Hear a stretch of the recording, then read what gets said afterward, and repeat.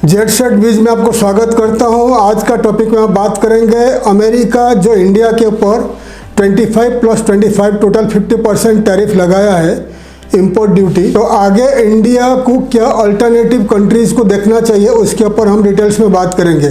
Prime minister Modi के recently जो speech था 15 अगस्त के दिन, तो उन्होंने बताया है कि आपने सेल्फ रिलायंस बनिए, मतलब इंडिया दूसरे कंट्री के ऊपर ज़्यादा से ज़्यादा डिपेंडेंट ना बने, तो ज़्यादा से ज़्यादा इंडिया के अंदर ज़्यादा से ज़्यादा मैन्युफैक्चरिंग बढ़े ताकि इंडिया के अंदर प्रोडक्ट्स जो है सस्ता हो जाए, चीप हो जाए और ज़्यादा से ज़्यादा कम प्राइस में हम लोग इंडिया से ग्लोबली एक्सपोर्ट कर सके। जैसा कि उन्होंने बताया, प्राइम मिनिस्टर मोदी बताया कि जेट इंजन जो ओनली अमेरिका उसको बनाता है, अमेरिका रशिया उसको मैन्युफैक्चरिंग करते हैं, तो वो जेट इंजन इंडिया में आने वाले दिनों में बहुत सारे private companies, government of India भी मैन्युफैक्चरिंग करेंगे।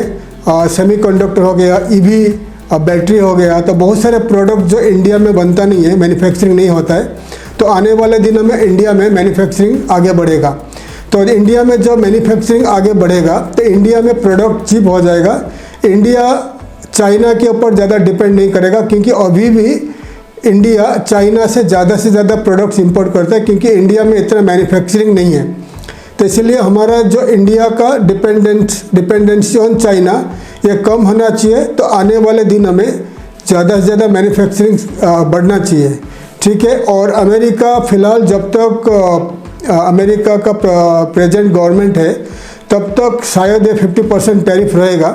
हो सकता है जो prime minister government Russia and America का मीटिंग के बाद फाइनल जो मीटिंग आने वाले दिन में फिर होगा, उसके बाद हो सकता है अमेरिका एडिशनल 25% जो टैरिफ है वो कम कर देगा, मतलब 25 ही रहेगा, 25% कम कर देगा। तो आने वाले दिनों में पता चलेगा कम करेगा कि नहीं है। लेकिन अभी 50% मतलब इंडियन एक्सपोर्टर्स के लिए काफ़ी हार्ड टाइम है एक्सपोर्ट करने के लिए। जैसा कि हो गया जो मेन प्रोडक्ट में हम लोग को प्रॉफिट मिलता था, जैसा कि हो गया सी फूड हो गया, गारमेंट्स हो गया, जेम्स ज्वेलरी हो गया, जो अमेरिका को ज़्यादा एक्सपोर्ट होता था, ज़्यादा इसमें प्रॉफिट मिलता था इंडिया का एक्सपोर्टर को, इंडिया का मैन्युफैक्चरर्स को। ये अभी बंद हो गया है, तो इंडिया के लिए अभी हार्ड टाइम है।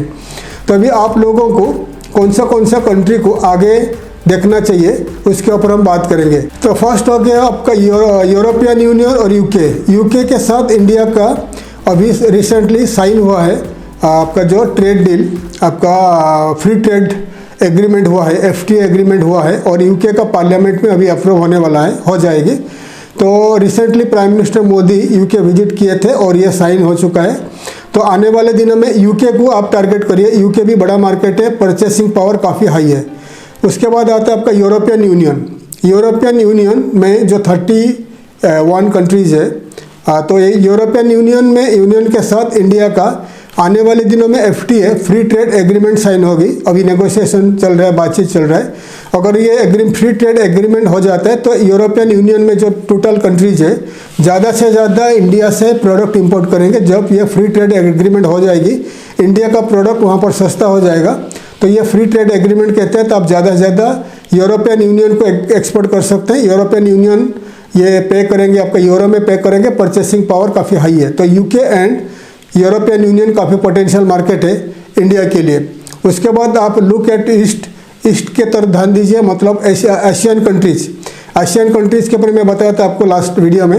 एशियन कंट्रीज़ के साथ साथ इंडिया का ईस्टर्न पार्ट में जितने सारे देश है, जैसा कि बता दिया, थाईलैंड हो गया, Malaysia, Thailand, Indonesia, Singapore, Philippines, China, Japan, south Korea, जितने सारे country, Australia, New Zealand, Brunei, Bangladesh हो गया, म्यांमार हो गया, जितने सारे देश है, ये देश को टारगेट करिए। ईस्टर्न पार्ट ऑफ इंडिया में जितने सारे पोर्ट्स है, जितने सारे स्टेट्स है, वेस्ट बंगाल, उड़ीसा, आंध्र प्रदेश हो गया, देन आपका तमिलनाडु, केरल, यहाँ से इजीली आप ईस्टर्न पार्ट ऑफ इंडिया में जितने सारे देश है, Asian countries and east Asian countries को टारगेट करके मार्केटिंग करना स्टार्ट कर दीजिए, क्योंकि इन्हीं देश को ज़्यादा से ज़्यादा आप एक्सपोर्ट कर सकते हो। जैसे कि चाइना, मैंने रिसेंटली विजिट किया था, आपको बताया था, सिंगापुर, मलेशिया, इंडोनेशिया, तो ज़्यादा करके चाइना जो है इन्हीं कंट्रीज़ के ऊपर डोमिनेट करके रखा हुआ है। लेकिन चाइना से ज़्यादा कपड़ा जाता है, देन आपका जाता है मशीनरीज जाता है, बिल्डिंग मटेरियल्स वगैरह जाता है, लेकिन जो फूड प्रोडक्ट काफ़ी कम जाता है। तो अगर आप फूड प्रोडक्ट इंडिया से फूड प्रोडक्ट्स हो गया, गारमेंट्स हो गया, जेम्स ज्वेलरीज हो गया, इवन सी फूड हो गया, ये प्रोडक्ट को सोर्स करके आप Asian countries and east Asian country को टारगेट करके मार्केटिंग करना स्टार्ट कर दीजिए और ये शिपमेंट इजीली आप एक्सपोर्ट कर पाओगे, क्योंकि most of the countries in the eastern part of India में जो देश है, इंडिया का जो शिपिंग रूट है कनेक्टेड हो चुकी है। ठीक है, सिंगापुर हो गया, मलेशिया, इंडोनेशिया, जापान हो गया, बहुत सारे कंट्री को हो चुके हैं। जो स्टेट है Maharashtra, Gujarat and western part of India में जो स्टेट्स है, तो वहाँ से शिप थोड़ा घूम के आएगा, श्रीलंका होके जाएगा, तो थोड़ा कॉस्ट ज़्यादा हो जाएगा। लेकिन ईस्टर्न पार्ट ऑफ इंडिया में जितने सारे हमारा स्टेट है, वहाँ से एक्सपोर्ट करने को ईजी हो जाएगा। ठीक है, तो आप एशियन कंट्री को टारगेट करिए, जितने सारे देश बता दिया, मार्केटिंग के लिए इजी होगा, क्योंकि इन्हीं देश को ज़्यादा से ज़्यादा इंडियन टूरिस्ट अराइवल ज़्यादा है। इंडियन टूरिस्ट अराइवल जिस देश में ज़्यादा है, तो वो ऑब्वियसली वो खाना खाएंगे, इंडियन प्रोडक्ट भी बाय करेंगे, हैंडीक्राफ्ट भी बाय करेंगे, कपड़ा बाय करेंगे, चप्पल बाय करेंगे, इंडियन का फूड खाएंगे। तो इसलिए जैसा कि थाईलैंड हो गया, थाईलैंड, मलेशिया, इंडोनेशिया, तो यहाँ पर इंडियन टूरिज्म बढ़ रहा है, मतलब इंडियन टूरिस्ट ज़्यादा अराइवल है। तो इसलिए इन्हीं देशों को टारगेट कर लीजिए। आने वाले दिनों में जैसा कि सिंगापुर हो गया, फिलीपींस भी फ्री वीज़ा कर दिया इंडियंस को, चाइना का वीज़ा खुल गया, आने वाले दिनों में जापान का वीज़ा इजी हो गया इंडियंस के लिए, साउथ कोरिया का वीज़ा इजी हो गया इंडियंस के लिए।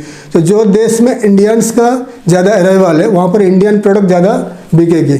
ठीक है, तो इसीलिए हैंडीक्राफ्ट्स हो गया, handicraft, sea food, James jewellery हो गया, गारमेंट्स हो गया, ये जितने सारे प्रोडक्ट को आप Asian countries and east Asian countries को टारगेट करके मार्केटिंग करना स्टार्ट कर दीजिए।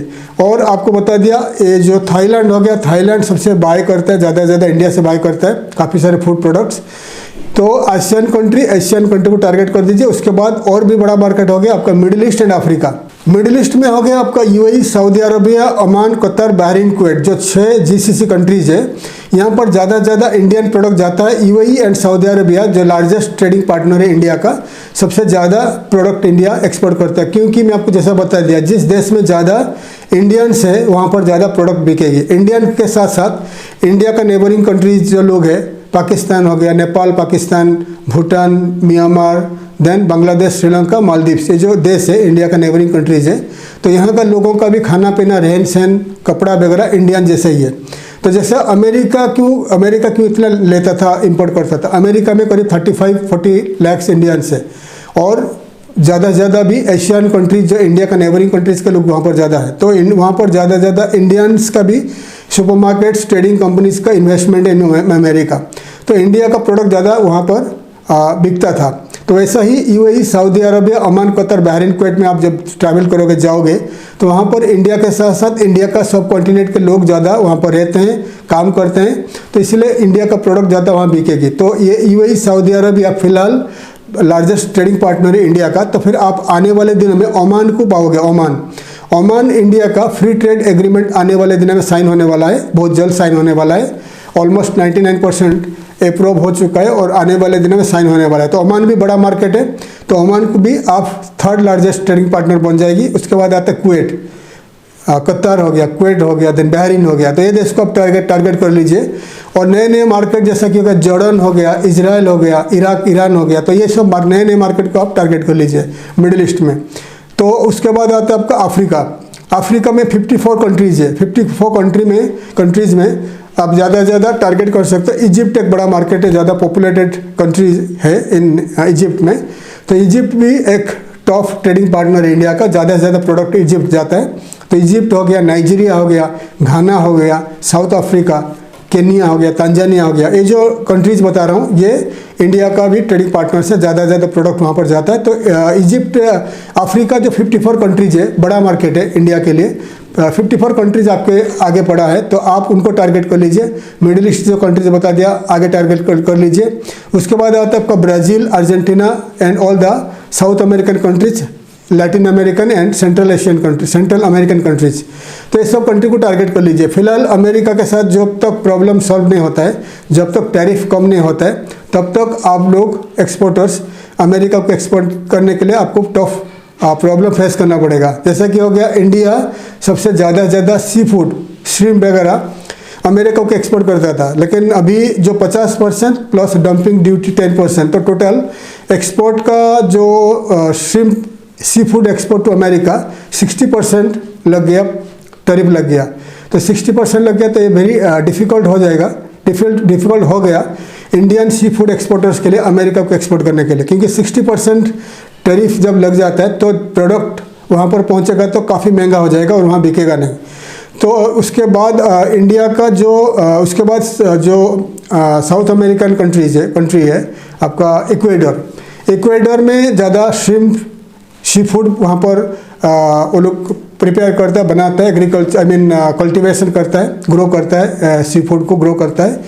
तो इक्वेडर अल्टरनेटिव कंट्री बन गया अमेरिका के लिए, क्योंकि इंडिया के ऊपर 60% ड्यूटी है सी फूड के ऊपर और इक्वेडर के ऊपर 10% है। और India to America approximately 13,000 kilometre है, इक्वेडर टू अमेरिका 2500 किलोमीटर है। तो इसीलिए अभी अमेरिकन बायर्स इक्वेडर से इंपोर्ट कर रहे हैं सी फूड। तो ये इंडिया के लिए काफ़ी मुश्किल हो जाएगा आने वाले दिनों में एक्सपोर्ट करने के लिए सी फूड टू अमेरिका। ठीक है, तो सी फूड के ऊपर और एक वीडियो में लाऊंगा आने वाले दिनों में, आप कहाँ पर कौन से कंट्री को टारगेट कर पाओगे। तो फिलहाल मैं बता दिया अमेरिका को एक्सपोर्ट करने के लिए जो आप टफ प्रॉब्लम फेस कर रहे हो, तो कौन सा कंट्री को आप टारगेट करोगे उसके ऊपर हम बता दिया। नेक्स्ट वीडियो में हम अलग अलग कंट्री के ऊपर टारगेट करेंगे। और गवर्नमेंट ऑफ इंडिया जैसा बताया, जो मैं बता रहा हूँ, government of India ministry of trade का ये इनिशिएटिव है। आने वाले दिनों में आप इन कंट्रीज़ को टारगेट कर लीजिए। तो नेक्स्ट वीडियो में हम अफ्रीका के ऊपर वीडियोज़ लाएंगे। अफ्रीका का 54 कंट्रीज़ है, 1 by 1 कंट्री के ऊपर मैं वीडियोज़ लाऊंगा ताकि आपको इन्फॉर्मेशन मिलेगा कौन सा कंट्री को कैसे एक्सपोर्ट करोगे। पुराने वीडियो अफ्रीका के ऊपर बन चुकी है, लेकिन अभी लेटेस्ट अपडेट करके मैं 1 by 1 अफ्रीका के ऊपर वीडियो लाऊंगा नेक्स्ट टॉपिक में। थैंक यू, धन्यवाद। जय हिंद, जय भारत।